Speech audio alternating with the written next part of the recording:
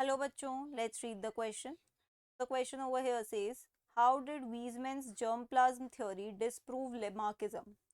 Question में बोल रहे हैं कि किस तरीके से वीजमैन की थ्योरी ने लेमार्क की थ्योरी को डिस्प्रूव करा। तो बच्चों देखो, वीजमैन की थ्योरी के अकॉर्डिंग एक जनरेशन से दूसरी जनरेशन में सिर्फ और सिर्फ जर्म प्लाज्म जाता है, ठीक है। According to August Weismann's August Weismann's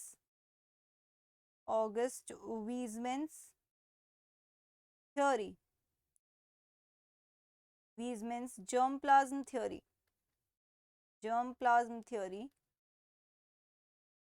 only germplasm passes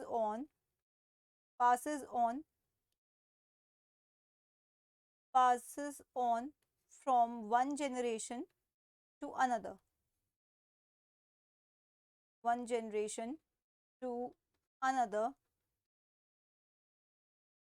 which disagrees with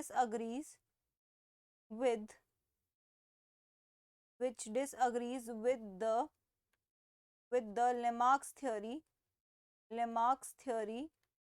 of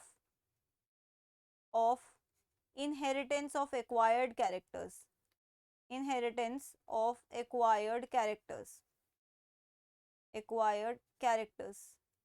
ठीक है।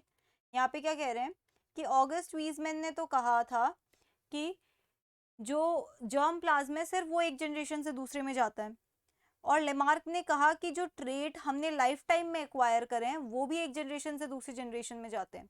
तो जब सिर्फ जर्म प्लाज्म जाता है तो एक्वायर्ड ट्रेट कैसे जा सकते हैं।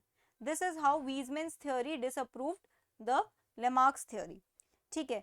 अब अगर मैं बात करूं वीजमैन्स थ्योरी क्या कहती है, वीजमैन्स थ्योरी कहती है कि protoplasm of an organism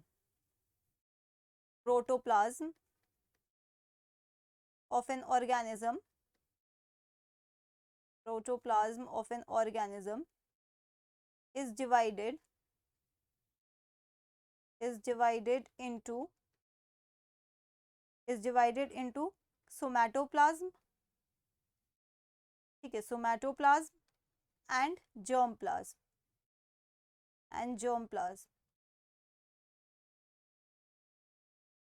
out of these two only germplasm passes on from generation to generation,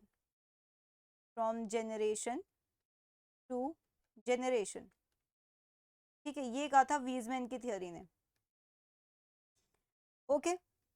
अब होता क्या है, अगर किसी भी ट्रेट को एक जनरेशन से दूसरे में पास होना है तो उसे जेनेटिक मटेरियल में होना चाहिए, जर्म प्लाज्म में होना चाहिए, अदरवाइज वो पास नहीं करेंगी।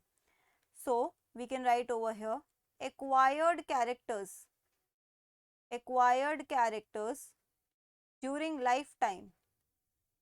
acquired characters during lifetime,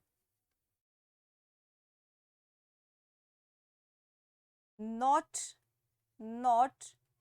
integrated into the germplasm,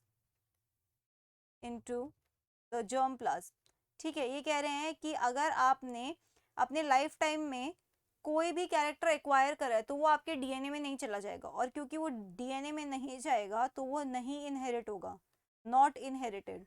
और इसका टोटली ऑपोजिट किसने कहा था, लेमार्क ने कहा था कि कोई भी कैरेक्टर जो आप लाइफ टाइम में एक्वायर करते हो वो इनहेरिट होके नेक्स्ट जनरेशन में जाता है, okay. So that's it for the question. I hope you understood it well. Best of luck.